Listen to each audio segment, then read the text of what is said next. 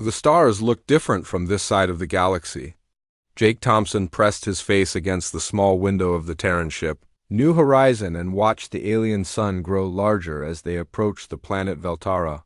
After 6 months of travel through space, they were finally here. The planet looked like a giant blue marble with swirling white clouds and 3 small moons dancing around it. "First time seeing an alien world?" asked Lisa Martinez as she floated over to him. The artificial gravity on their ship was weaker than Earth's, so everyone moved with careful, bouncing steps. Lisa was the team's engineer, a small woman with dark hair pulled back in a tight bun. She carried a tablet computer everywhere and was always checking readings and systems. "Yes, and hopefully not the last," Jake replied. He was the ambassador for this mission, which meant he was in charge of making sure humans and the Cathari aliens became friends. The responsibility felt heavy on his shoulders. This was humanity's first real chance to make allies with an advanced alien race. Ryan O'Connor joined them at the window. He was tall and thin with red hair and freckles, and he spoke 7 different human languages plus 3 alien ones. His job was to help everyone understand each other. "The Cathari language is really musical," he said. "They use tone and pitch to show emotions. It's beautiful but tricky." Amanda Brooks was checking her equipment near the airlock. She was their security officer, a strong woman with short blonde hair and quick eyes that missed nothing. "Remember, no sudden movements around them," she said without looking up. "Their files say they spook easily." The ship's computer made a soft beeping sound. "Attention, crew," came the captain's voice over the speakers. "We are beginning final approach to Veltara. Our hosts will meet us at their orbital station in 2 hours. Please prepare for docking procedures."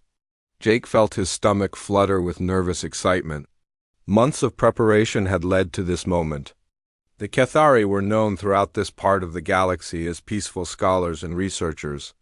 They had technology that seemed like magic to humans, but they had never shown interest in war or conquest.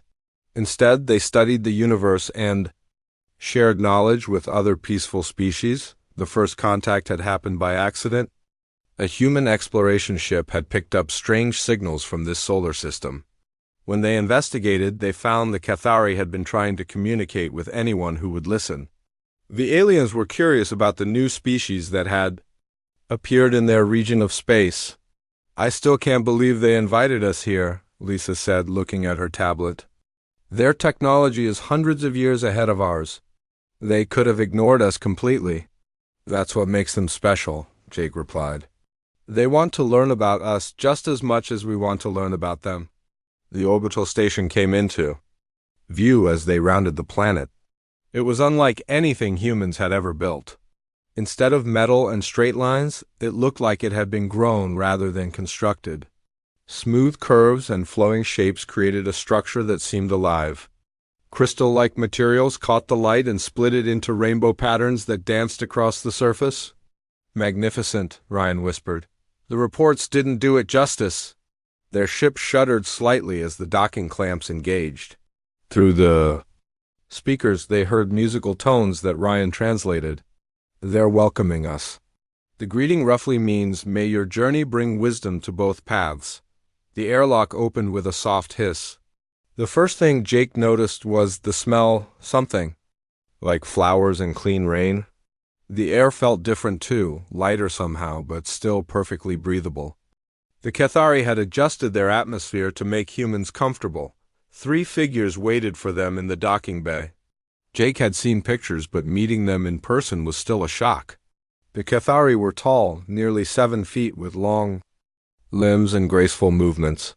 Their skin was translucent, showing faint patterns of light underneath. What surprised Jake most was how their skin changed color as they moved, shifting from pale blue to soft green to warm yellow. The leader stepped forward. His skin was a calm blue-white, and he wore flowing robes that seemed to be made of the same crystal material as their station. When he spoke, his voice was like music with words mixed in. Ryan listened carefully, then translated. "He says he is High Researcher Velthan, keeper of the 7th Circle of Knowledge. He welcomes us to Veltara and hopes our time together will bring new understanding to both our peoples.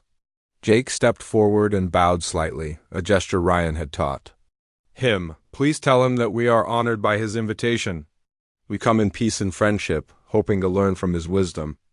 As Ryan translated, Jake watched Velthan's skin shift to a warm golden color. The alien's large eyes, which had no visible pupils, seemed to study each human with intense curiosity.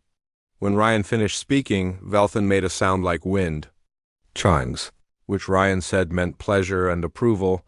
The other two Cathari were introduced as research assistant Nethal and cultural interpreter Yalara. Both were smaller than Velthan, with skin that stayed mostly green with hints of blue. They moved with the same flowing grace as if they were underwater. They want to show us to our quarters first, Ryan explained. Then we'll have a tour of their main research facility on the planet's surface. As they walked through the station, Jake was amazed by everything he saw. The corridors were wide and curved, with walls that seemed to glow with their own light. Instead of doors, they had energy fields that parted as they approached. Gardens grew in open spaces, with plants that sparkled like jewels under the artificial sunlight. How do they make the walls glow? Lisa asked, running her hand along the smooth surface. Velthan noticed her interest and spoke to Ryan. He says the walls are made of living crystal, Ryan translated. They grow it in special chambers and program it to respond to different needs. The light adjusts based on who's in the room and what they're doing. Amanda was studying the layout carefully. No security checkpoints, no guards, no weapon scanners, she noted quietly to Jake. They really don't expect trouble. Their quarters were more amazing than any hotel Jake had ever seen. Each room was a perfect sphere with the bed, desk, and chairs growing out of the walls like they were part of the structure. The walls could become transparent to show the view outside or opaque for privacy. A small garden grew in one corner with a tiny waterfall that made peaceful sounds. This is beyond anything we imagined, Lisa said, examining how the furniture responded to touch. The technology is so advanced, yet it feels natural and alive.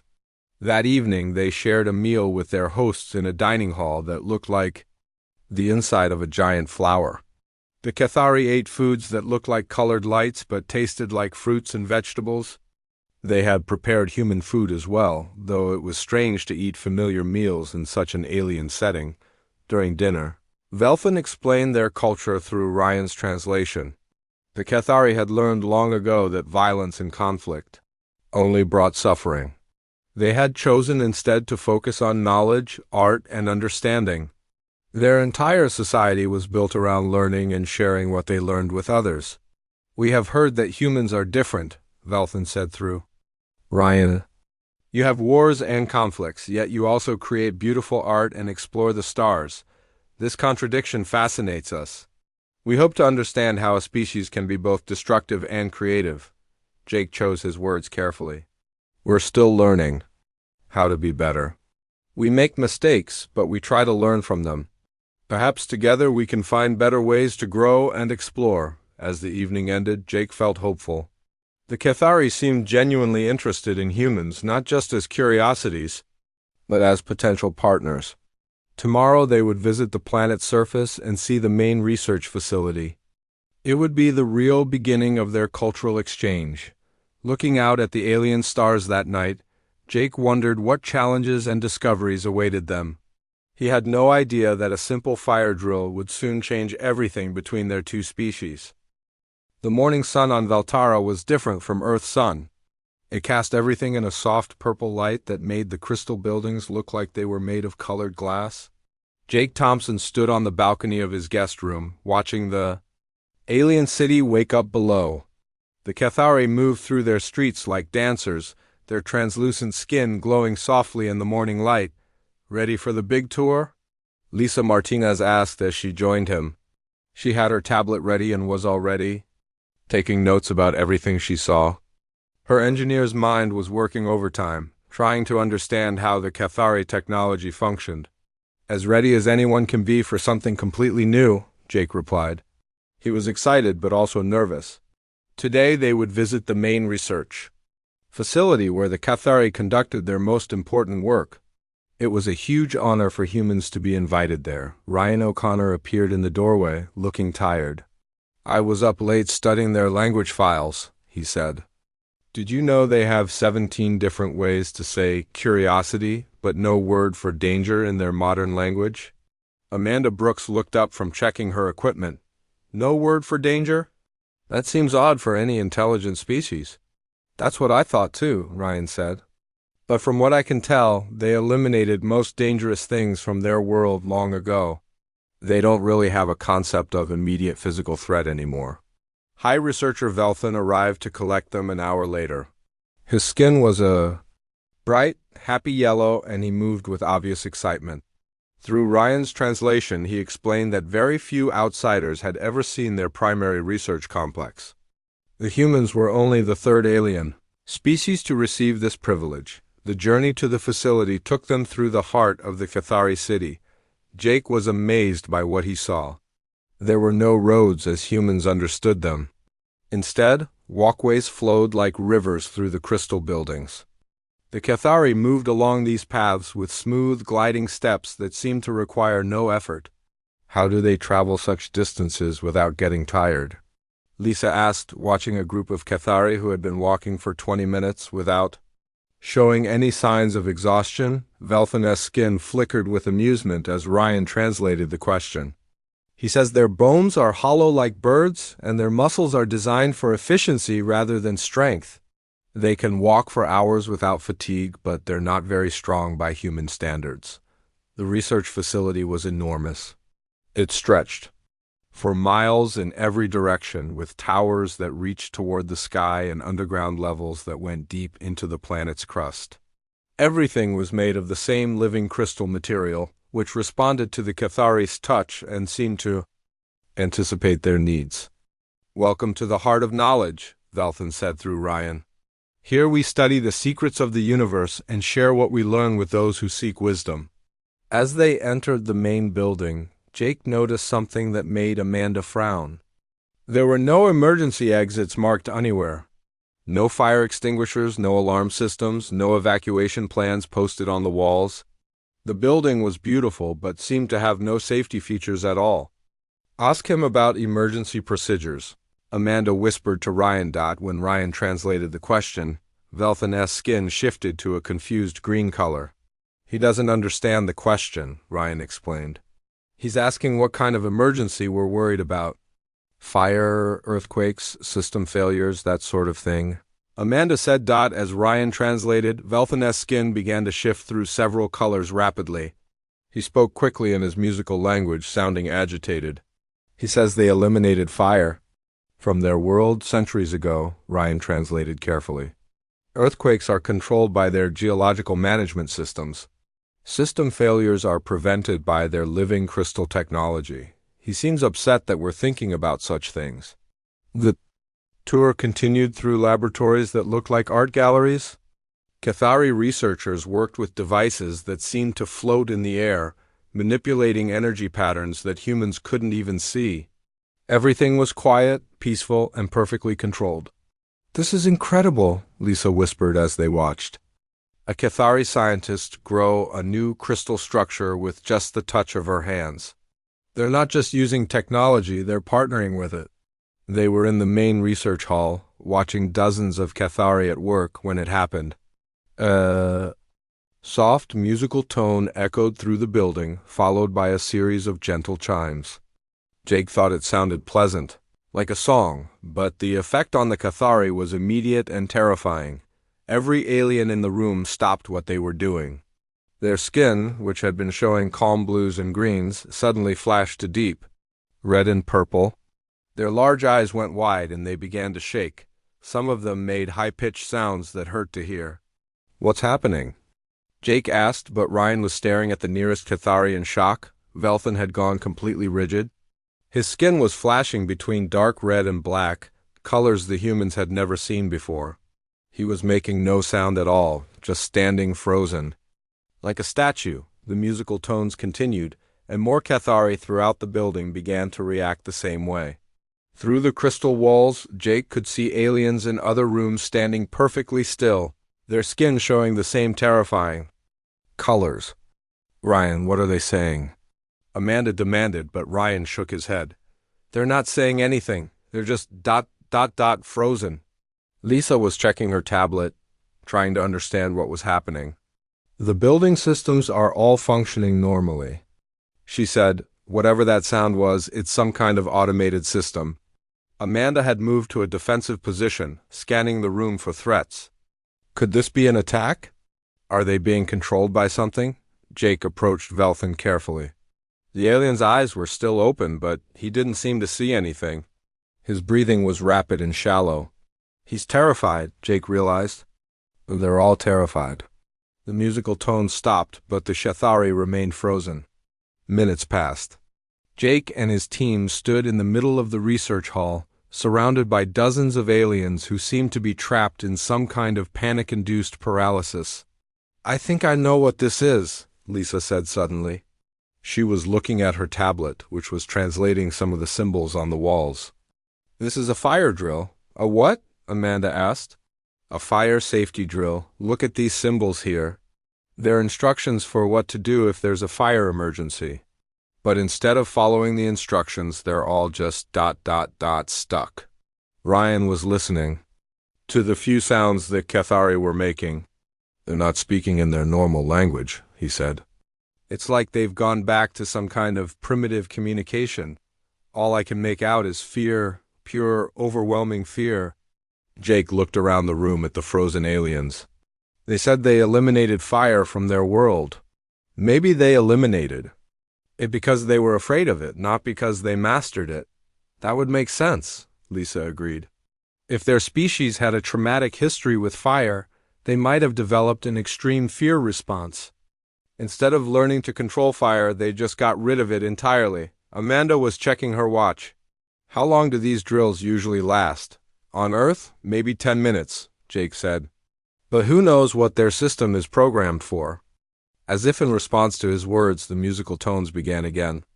This time they were different, gentler. Slowly, very slowly, some of the Cathari began to move.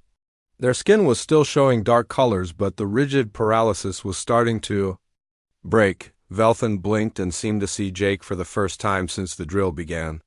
When he spoke, his voice was shaky and weak. He's asking if the fire is gone, Ryan translated. He wants to know if we're safe. Jake looked around the room. At the slowly recovering aliens. Their advanced technology, their peaceful society, their incredible knowledge, none of it had prepared them for even the idea of fire. They had simply been too afraid to face it. Tell him there was no fire, Jake said gently. It was just a safety drill. But I think we need to have a longer conversation about this. As the Cathari gradually returned to normal, Jake realized that this moment had changed everything. The humans had seen something the Cathari probably never showed to outsiders, their deepest, most primal fear. And somehow, Jake knew this was going to be the key to building a real relationship between their species. The question was, what were they going to do about it? The Cathari research facility felt different after the fire drill. The aliens moved slowly and carefully, their skin showing pale, washed-out colors that Jake had never seen before. Many of them kept glancing at the walls and ceiling as if expecting something terrible to happen at any moment. High researcher Velthin sat in what the humans had learned was called a comfort chamber. His skin was a dull gray-green, and he hadn't spoken much since the drill ended. When he did speak, his voice was quiet and shaky. He says he's embarrassed, Ryan translated after listening to Velthin's whispered words. He's never had outsiders see them during a fire drill before. He thinks we must find them weak and foolish. Jake sat down across from the alien leader, careful to move slowly and keep his voice calm. Tell him that we don't think they're weak. We think they're honest. It takes courage to show your fears to strangers. As Ryan translated, Velthin's skin flickered with a tiny bit of yellow, the first bright color Jake had seen from him all day. Lisa was studying her tablet, trying to understand what had happened. The drill lasted exactly 12 minutes, she said. The building systems show that every Cathari in the complex froze for at least 10 minutes. Some of them are still showing signs of stress. Amanda was pacing near the window, her security training making her restless. I've been thinking about this, she said. What if there was a real fire? What if something actually dangerous happened? They'd be helpless. That's exactly what worries me, Jake replied. They've built this amazing civilization, but they've done it by avoiding their fears instead of facing them. Ryan was listening to conversations between the Cathari staff. They're talking about postponing the rest of our visit, he said. They think they've shamed themselves too much to continue with the cultural exchange. Jake felt a knot form in his stomach. This was supposed to be humanity's chance to make friends with an advanced alien species. Instead, it was falling apart because of a simple fire drill. We need to do something, he said. We can't let this end our friendship before it really begins. Lisa looked up from her tablet. What if we could show them that fire doesn't have to be terrifying? What if we could prove that humans have learned to control it? How? Amanda asked. They don't want to see fire. The very idea of it makes them panic. That's the problem, Lisa said, her engineering mind working through the possibilities. They've never seen fire under control. They've only experienced it as a wild, dangerous force. But what if we could show them fire the way we see it? Controlled, useful, even beautiful? Jake was starting to understand what she was thinking. You want to make a fire here, in their facility? Not just any fire, Lisa said, getting excited. A perfect fire. Something that uses their own technology to make it completely safe and controlled. Something that shows them fire can be a tool instead of a monster. Ryan was shaking his head. They'll never agree to it. Just talking about fire makes them nervous. Then we don't ask permission, Jake said quietly. We show them that humans can be trusted to handle dangerous things safely. Amanda stopped pacing. That's risky. If something goes wrong, it could destroy any chance of future relations. If we do nothing, the relations are over anyway, Jake pointed out. They're already planning to end our visit early. Lisa was already sketching ideas on her tablet. I've been studying their crystal technology all morning. I think I can build something that addresses all their fears about fire. No smoke, no unpredictable spread, complete temperature control. What do you need? Jake asked. Access to their workshops and about 3 hours of work time. And I'll need Amanda to help me gather materials. Jake made his decision. Do it. Ryan, keep Velthan and the others busy. I'll take responsibility if this goes wrong. Lisa and Amanda left to explore the facility's workshops. The Cathari were still too shaken to pay much attention to what the humans were doing, which made it easier to gather what they needed. Look at this, Lisa said, examining a device that looked like a flower made of crystal. This is one of their atmospheric processors. It can filter and control air composition in real time. Amanda was studying the workshop tools. Everything here is designed for their touch-based technology. How are you going to make it work for us? The same way they do, Lisa said. I've been watching them all morning. Their tools respond to bioelectrical impulses. Human nervous systems are different from theirs, but the basic principles should be the same. She picked up a crystal tool and concentrated. After a moment, it began to glow softly. It works. It's harder than it looks, but it works. For the next 2 hours, Lisa worked with materials that seemed almost magical. She combined Cathari atmospheric processors with their energy containment systems to create something that had never existed before.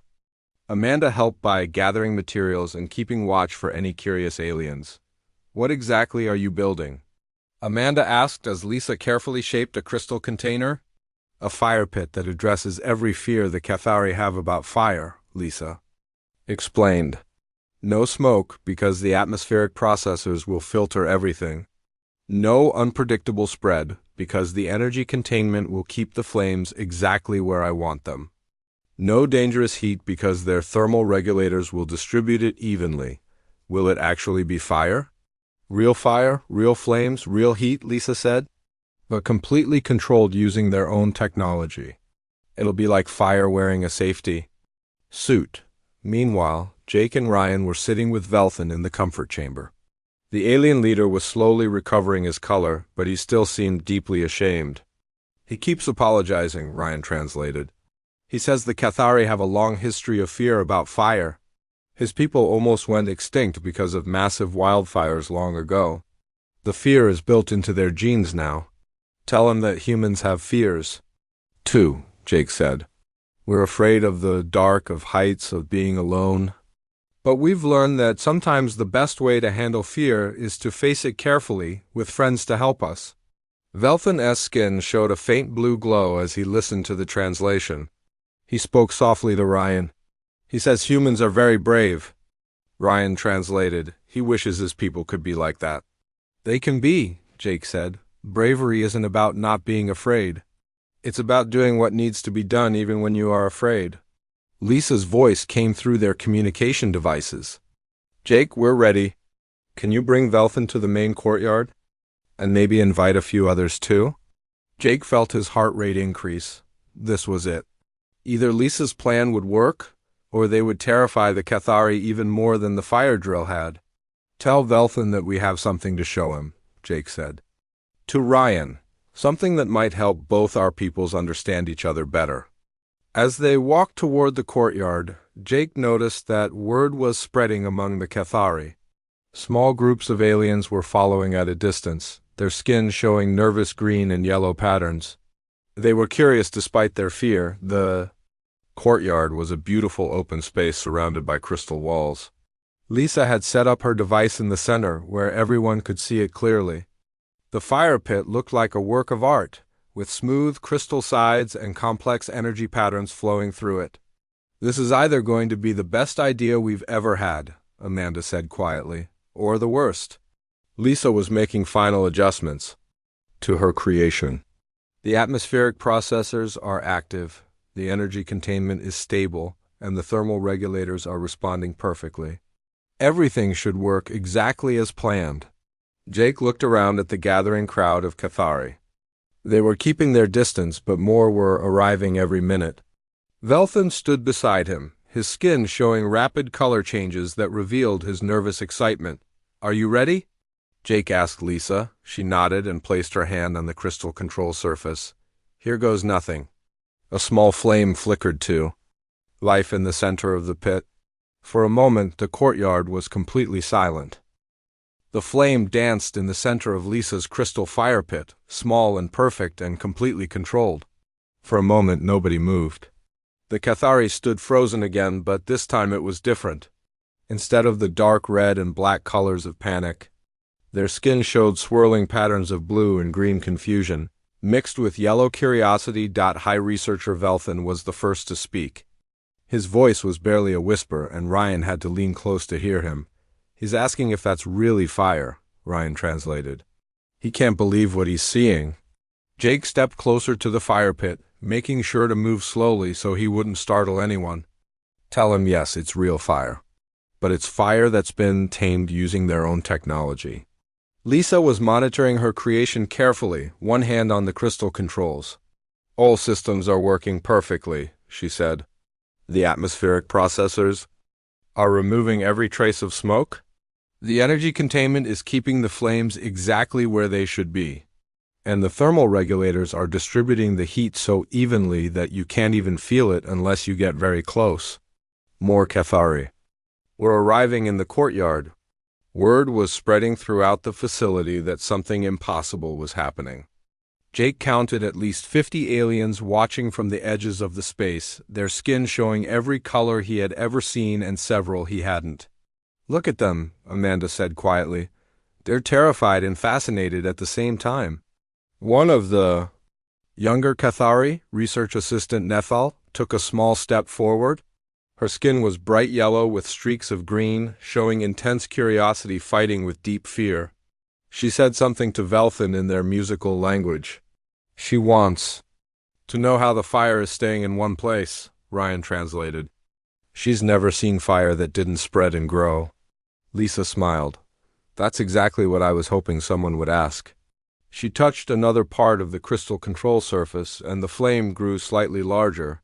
Then she touched a different spot, and it became smaller again. Show them that I can control it precisely. Ryan translated as Lisa demonstrated. The flame responded to her touch like a well-trained pet, growing and shrinking, changing from yellow to blue to orange and back again. The Cathari watched in amazement as something they had feared for generations obeyed a human's commands. "Hey? Wants to know if you're some kind of fire wizard?" Ryan said, translating Velthan's odd question. Jake laughed. "Tell him no. Tell him that every human learns to control fire when they're children. It's one of the first things we master." As Ryan translated, the color patterns on the Cathari shifted dramatically. Several of them made sounds that Ryan said meant surprise and disbelief. "They can't understand how an entire species could learn to control something so dangerous," Ryan explained. "To them, it's like saying every human can tame lightning." Lisa had an idea. "Amanda, do you have any food in your pack? Something we could cook?" Amanda rummaged through her supplies and pulled out a package of dried meat. "Will this work?" "Perfect." Lisa adjusted the fire pit's controls, raising the flame slightly and creating a small cooking surface above it. She placed the meat on the crystal platform, and within minutes, the smell of cooking food filled the courtyard. The effect on the Cathari was immediate. Their skin colors shifted to warm oranges and golds, and Jake realized they were smelling something they had never experienced before. The Cathari had eliminated fire from their world so completely that they had never smelled cooked food. "The aroma is fascinating to them," Ryan said, listening to the excited conversations around the courtyard. "They're asking if this is how humans prepare nourishment." Jake nodded. "Tell them that cooking food over fire is one of humanity's oldest traditions. It's how we learn to work with fire instead of just fearing it." When the meat was ready, Lisa carefully removed it from the fire pit and offered small pieces to Velthan and the other researchers. The aliens hesitated, their skin showing nervous patterns.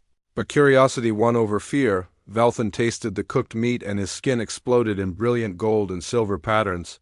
He spoke rapidly to the other Cathari, who began to crowd closer, their fear forgotten in their excitement. "He says it's the most wonderful taste he's ever experienced," Ryan translated, grinning. "He's telling the others that fire can create beauty and nourishment, not just destruction." Lisa was enjoying her moment of triumph. "This is just the beginning," she said. "Fire can do so much more than cook food." She made another adjustment to the fire pit, and the flame began to move in patterns, creating shapes in the air. The Cathari gasped as they watched the fire dance, forming spirals and waves that seemed to tell a story. "How is this possible?" Nethal asked through Ryan's translation. "It's not magic," Lisa explained. "It's just understanding how fire works and using the right tools to control it. Your people have the technology to do this. You just need to stop being afraid long enough to learn." Velthan was studying the fire pit intensely, his skin showing the deep blue patterns that meant he was thinking hard. He spoke to Ryan for several minutes, asking detailed questions about how the device worked. "He wants to understand the principles." Ryan translated. "He's asking about the interaction between the atmospheric processors and the energy containment." He's thinking like a scientist again. Jake felt a surge of hope. This was what they had been trying to achieve. The Cathari were looking at fire not as a monster to be feared, but as a phenomenon to be studied and understood. "Tell him that we'd be happy to share everything we know about fire control," Jake said. "But more than that, we'd like to learn from them too. Their technology could make fire safer and more useful than we ever imagined." More Cathari were arriving every minute. The courtyard was filling with aliens who had heard about the impossible sight. Some were still keeping their distance, their skin showing fearful colors, but others were pressing close to get a better look. One of the older researchers, someone Ryan identified as a specialist in atmospheric studies, asked a complex question about the filtration systems. "She wants to know if the atmospheric processors could be used to create different types of controlled environments," Ryan translated. "She's thinking about applications beyond just fire control." Lisa's eyes lit up. "Absolutely. The same principles could be used for all kinds of environmental control, weather modification, air purification, even creating perfect growing conditions for plants." As the conversation continued, Jake noticed that the Cathari were starting to move differently. Instead of the careful, fearful movements they had shown since the fire drill, They were beginning to move with their normal flowing grace. Their skin colors were brighter, showing excitement and curiosity instead of fear. "This is working," Amanda said quietly. "They're not afraid anymore." Velthan suddenly did something that surprised everyone. He reached out toward the fire pit, his long, graceful hand moving slowly toward the flame. His skin was showing intense yellow curiosity mixed with lingering green caution. "Is it safe?" he asked through Ryan. Lisa carefully guided his hand to a spot where he could feel the warmth without any danger. "The thermal regulators make sure the heat is distributed evenly," she explained. "You can feel the warmth without being burned." Velthan's skin went completely gold as he felt the gentle heat from the controlled fire. Other Cathari began to crowd forward, wanting to experience the same thing. "They're not afraid anymore," Ryan said, amazement in his voice. "They're actually excited about fire." Jake looked around the courtyard at the growing crowd of aliens. What had started as a desperate attempt to save their diplomatic mission had become something much more important. They weren't just showing the Cathari that fire could be controlled. They were showing them that fears could be overcome. "This is bigger than just fire," Jake realized. "This is about facing the things that scare you instead of running away from them." As the demonstration continued, with more Cathari coming forward to experience the controlled fire, Jake knew that everything had changed. The cultural exchange was no longer about two species learning about each other. It was about one species helping another discover courage they didn't know they had. The fire burned steadily in its crystal prison, no longer a symbol of fear but a beacon of hope for both species. 3 weeks had passed since the fire demonstration, and the Cathari research facility looked completely different. Where once there had been only crystal walls and flowing curves, now there were small fire pits in several courtyards. Each one was a perfect blend of human fire knowledge and Cathari technology, creating flames that danced safely behind barriers of controlled energy. Jake Thompson stood in what had become known as the Cooperation Chamber, watching Velthan work with a device that would have been impossible just a month ago. The Cathari leader was carefully adjusting the controls of a fire pit while Lisa Martinez guided him through the process. "Increase the airflow just a little," Lisa said, and Ryan O'Connor translated her words into the musical Cathari language. "That will make the flame burn cleaner and brighter." Velthan's skin showed confident gold patterns as he made the adjustment. The flame responded perfectly, growing stronger without becoming dangerous. Other Cathari researchers gathered around, taking notes and asking questions about every detail of the process. "I can't believe how fast they're learning," Amanda Brooks said. She was watching a group of younger Cathari who were practicing with their own training fire pit under careful supervision. A month ago, they couldn't even stand to hear the word fire. Now they're studying to become fire technicians. The transformation had been remarkable. After the initial demonstration, Velthan had called together the Council of High Researchers, the governing body of Cathari society. Jake had been invited to speak to them about human approaches to managing dangerous things. The council meeting had been unlike anything Jake had ever experienced. Hundreds of Cathari had gathered in a vast crystal amphitheater, their skin showing every color Jake had learned to recognize. When he spoke about humanity's relationship with fire, about learning to respect danger without being paralyzed by it, their colors had shifted to deep, thoughtful blues and purples. "Fear can protect us," Jake had told them through Ryan's translation, "but it can also trap us. The secret is learning when to listen to fear and when to face it with knowledge and preparation." The response had been overwhelming. Within days, Cathari researchers from across their planet had begun arriving at the facility, all wanting to learn about controlled fire and what they were calling courage technology. But the changes went far beyond just fire. The Cathari had begun questioning other fears that had shaped their society. They started asking why they had eliminated so many things instead of learning to manage them. Why did they avoid heights when they could build safety systems? Why did they fear certain types of weather when they could prepare for them?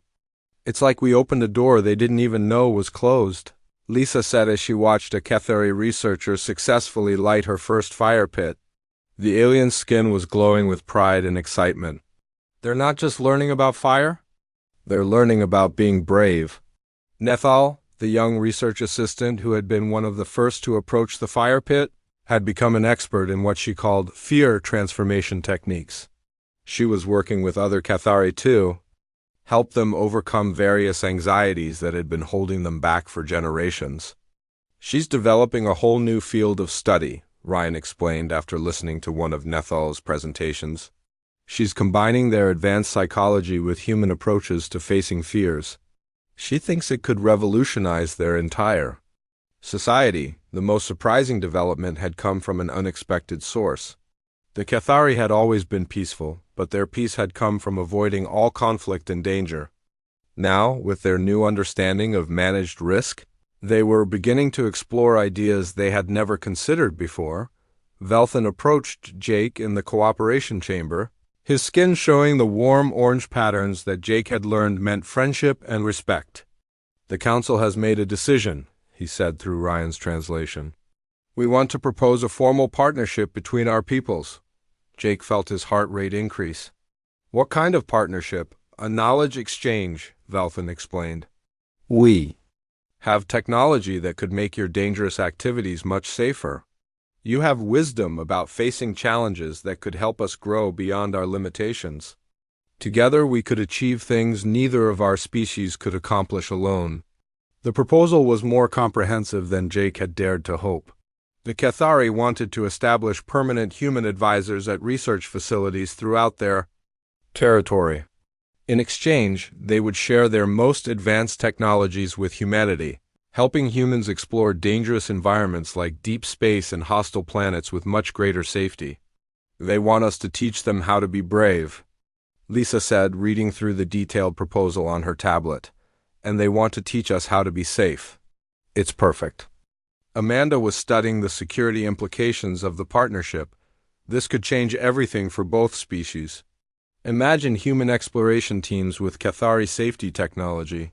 We could go places we've never dreamed of reaching. But the most meaningful moment came during the formal signing ceremony. The Cathari had prepared a traditional feast, but with a difference. For the first time in their recorded history, some of the food was cooked over open fires using the fire pits they had learned to build. Jake sat beside Velthan as they shared the meal. The Cathari leader's skin was a calm, confident blue-green, so different from the terrified gray he had shown during the fire drill. "You gave us more than fire control," Velthan said through Ryan. "You gave us the courage to face our oldest fears. That is a gift beyond price." Jake looked around the dining hall at humans and Cathari sitting together, sharing food and stories. The fire pits cast warm light on faces both human and alien, creating a scene that would have been impossible just weeks before. "You gave us something too," Jake replied. "You showed us that there are other ways to approach problems. Your technology doesn't just make things safer, it makes them beautiful. You've taught us that safety and wonder can work together." As the evening continued, Jake listened to the conversations around him. Cathari researchers were making plans to visit Earth, eager to study human approaches to dangerous environments. Human engineers were discussing projects that would use Cathari crystal technology to make space travel safer than ever before. Lisa was deep in conversation with a group of Cathari materials scientists about creating new kinds of protective equipment. Amanda was talking with Cathari security specialists about emergency response systems that could work for both species. Ryan was perhaps the busiest of all, translating increasingly complex technical and philosophical discussions as both species discovered how much they had to learn from each other. "This started with a fire drill," Jake mused, watching a young Cathari successfully demonstrate her fire-lighting skills to an admiring crowd. A simple safety exercise that went wrong. "Maybe it didn't go wrong," Lisa suggested. "Maybe it went exactly right. If the drill had worked normally, we might never have learned about their fear. We might have had a pleasant diplomatic visit and gone home without really understanding each other. Sometimes the best discoveries come from unexpected problems," Amanda agreed. We thought we were here to exchange pleasantries. Instead, we helped them face their deepest fears and they helped us imagine new possibilities. As the celebration continued into the night, Jake reflected on how much had changed. The smokeless fire pit that had started as a desperate attempt to save a diplomatic mission had become a symbol of cooperation between two very different species. The Cathari were still peaceful, but they were no longer paralyzed by their fears. They were beginning to explore their own planet in new ways, investigating areas they had avoided for generations. Some were even talking about space exploration, something that had been unthinkable before they learned to manage their anxieties. For humans, the partnership offered unprecedented opportunities. Cathari technology could make dangerous human activities much safer, while Cathari wisdom about living in harmony with their environment could help humanity become better caretakers of their own world. But beyond the practical benefits, both species had gained something more valuable. They had learned that differences in approach could be strengths rather than weaknesses. The Cathari's caution balanced human boldness. While human courage helped the Cathari overcome limiting fears, the fire burned steadily in its crystal housing, no longer a source of terror but a beacon of friendship between the stars. Jake smiled as he watched Velthan carefully tend the flame, the alien's movements confident and sure. Sometimes the most important breakthroughs came not from grand plans or dramatic gestures, but from simple acts of understanding and the courage to face fears together.